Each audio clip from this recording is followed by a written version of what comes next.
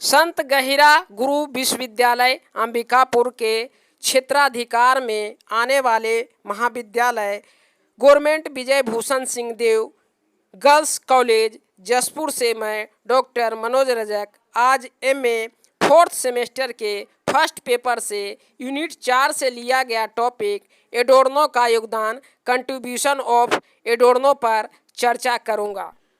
Theodore एडोर्नो का जन्म 11 सितंबर 1903 को जर्मनी में हुआ था।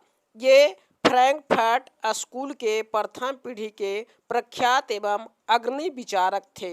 ये बेंजामिन ब्लॉकोच, मैक्स होर्खहैमर, हर्बर्ट मार्क्यूज जैसे विचारकों के साथ जुड़े हुए थे। आधुनिक समाज की आलोचना के लिए इन्हें व्यापक रूप से सौंदर्य शास्त्र और दर्शन पर 20वीं शताब्दी के अग्रणी विचारकों में एक माना जाता है। इनकी कुछ मुख्य पुस्तकें हैं। Number 1 dialectics of enlightenment, number 2 Minima Moralia, number 3 negative dialectics. ये पुस्तकें बहुत ही महत्वपूर्ण हैं। 20वीं शताब्दी के शुरुआती यूरोप में अस्तित्ववाद और सकारात्मकवाद के द्वारा प्रचलित प्रचलन के बीच एडोर्नो ने प्राकृतिक इतिहास की एक द्वंद्वात्मक अवधारणा विकसित की, जो कि किरकेगार्ड और हसरेल के अध्ययन के माध्यम से आनुवंशिकी और अनुभववाद के जुड़वा प्रलोभन की आलोचना करते थे। एडोर्नो ने समकालीन पश्चिमी संस्कृति की हिंसात्मक आलोचनाएं प्रस्तुत की। सिद्धांत एडोर्नो की सिद्धांत वास्तविकता की इस आदिम गुणवत्ता की समझ से उत्पन्न होती है जो इस प्राचीन पहलू को दबाने के लिए या बर्बरता को इस बदले द्वारा स्थापित वर्चस्व के उन प्रणालियों को आगे बढ़ाने के लिए जो कुछ भी करना है का विरोध करना चाहता है।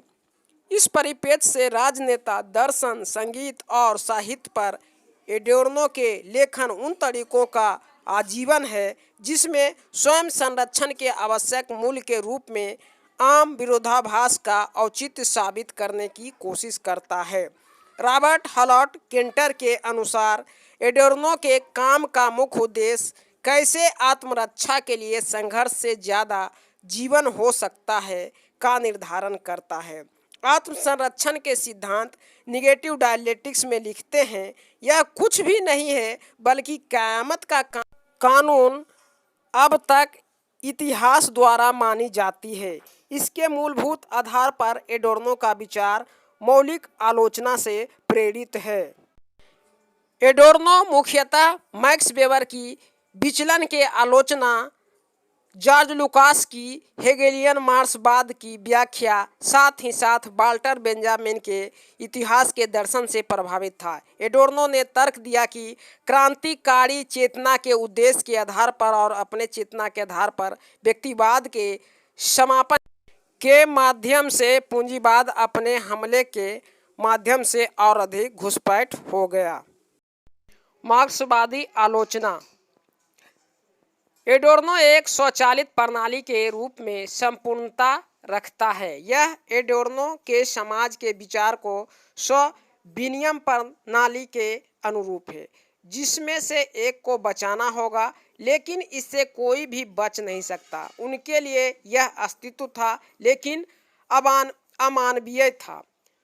इस तरह की प्रणाली के अस्तित्व के खिलाफ तर्क देते हैं और दावा करते हैं कि गंभीर सिद्धांत सामाजिक परिवर्तन के लिए कोई व्यवहारिक समाधान प्रदान नहीं करता। उन्होंने निष्कर्ष निकाला कि विशेष रूप से जुर्गेन हेबरमास और फ्रैंकफर्ट स्कूल समान रूप से मार्क्स को गलत तरीके से पेश करते हैं। एडोर्नो की सामाजिक पद्धतियाँ एडोर्नो का मानना था कि समाजशास्त्र को आत्मचिंतनशील और स्व आलोचनात्मक होना चाहिए।